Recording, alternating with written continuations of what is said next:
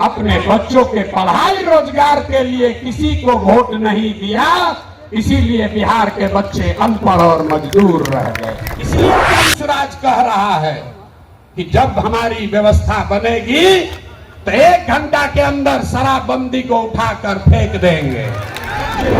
गुजरात में जाकर नौकरी मजदूरी कर रहे हैं कि नहीं कर रहे हैं? अरे भाई, तो कौना बात पर आप और हम वोट दिए हैं जो नहीं मिला?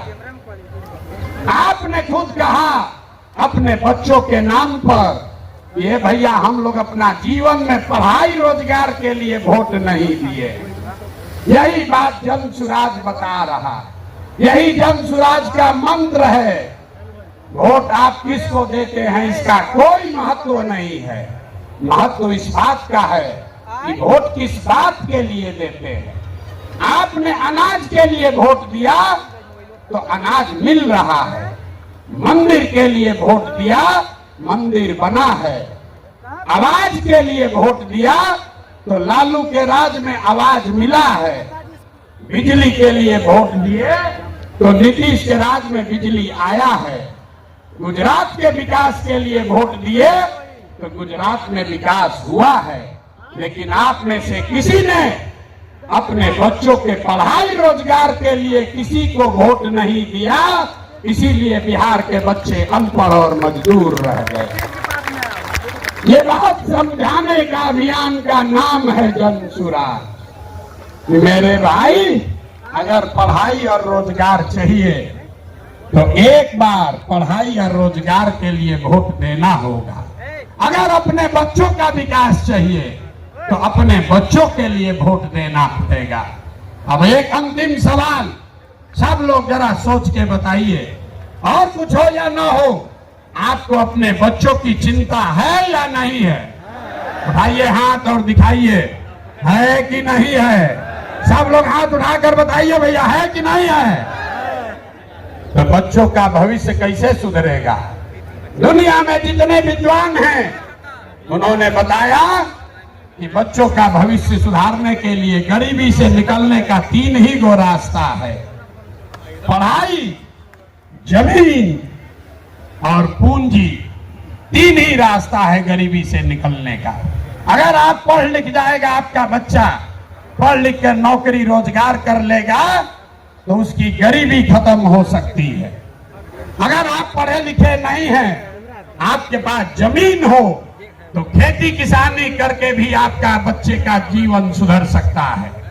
और अगर दोनों नहीं है तो पैसा पूंजी अगर हो, कोई आपको कर्ज भी दे दे तो कोई ना कोई छोटा मोटा रोजी रोजगार दुकान व्यापार करके भी आप अपना जीवन सुधार सकते हैं। बिहार में ध्यान से देखिएगा तो यहाँ पर ज्यादातर लोगों के पास ये तीनों में तीनों चीज नहीं है।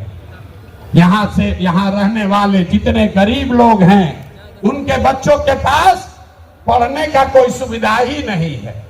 गरीब का बच्चा जा रहा है पढ़ने, वहां पढ़ता नहीं है, खिचड़ी खाया और घरे चला आया। कॉलेज में खिचड़ी नहीं बट रहा है लेकिन वहां से डिग्री बट रही है। बिहार के शिक्षा व्यवस्था का हाल ये है, स्कूल से खिचड़ी और कॉलेज से डिग्री बट रहा है, पढ़ाई दोनों में कहीं नहीं हो रहा है। तो अगर पढ़ाई चाहिए क्योंकि यही रास्ता है गरीबी से निकलने के लिए, तो बिहार में सबसे ज्यादा पैसा शिक्षा पर खर्च होना चाहिए। इसलिए जन सुराज कह रहा है कि जब हमारी व्यवस्था बनेगी तो 1 घंटा के अंदर शराबबंदी को उठाकर फेंक देंगे।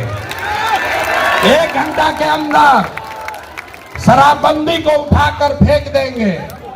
अब लड़का को बुझाया नहीं कि भैया शराबबंदी और पढ़ाई का क्या लेना देना है। हम बताते हैं क्या लेना देना है। अगर बिहार में विश्व स्तरीय विश्व देश का सबसे अच्छा शिक्षा व्यवस्था बनाना है तो 5 लाख करोड़ रुपया चाहिए। 5 लाख करोड़ रुपया चाहिए अगले 10 वर्ष में, तो देश का सबसे अच्छा शिक्षा व्यवस्था बिहार में बना दिया जाएगा। अरे 5 लाख करोड़ रुपया आएगा कैसे? ताली मत बजाइए, समझिए।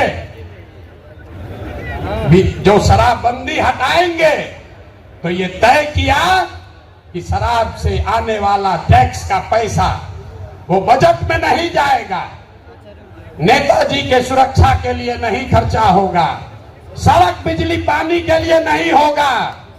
जितना शराबबंदी के टैक्स का पैसा होगा अगले 20 बरस बिहार में सिर्फ और सिर्फ नई शिक्षा व्यवस्था बनाने के लिए खर्च किया जाएगा। अब समझ में आया काहे हटाना चाहते हैं? हर बरिस 20,000 करोड़ रुपया शराबबंदी के चलते नुकसान हो रहा है, तो 20 बरस के पैसे को, शराब के टैक्स को अगर आप नई शिक्षा के व्यवस्था के लिए खर्चा करें तो 4 लाख 5 लाख करोड़ रुपया बिहार के बच्चों के मुस्तकबिल को बदलने के लिए उपलब्ध हो जाएगा। तब आपकी सभा में पूछ रहे हैं, बताइए ये योजना लागू होना चाहिए कि नहीं लागू होना चाहिए? ना, जोर से बोलिए। शराबबंदी हटाकर उस पैसे से नई शिक्षा व्यवस्था बनाना चाहिए कि नहीं बनाना चाहिए? ना बोले, हाथ ना उठ रहा है अभी, हाथ उठाकर बोलिए जोर से। ना, जिसको ना बोलना है ना बोलो, बोलिए हटना चाहिए कि नहीं हटना चाहिए? हटना चाहिए। तो हम ये नहीं कह रहे हैं कि शिक्षा व्यवस्था बनाएंगे, उसका रास्ता भी आपको बता रहे हैं। 5 लाख करोड़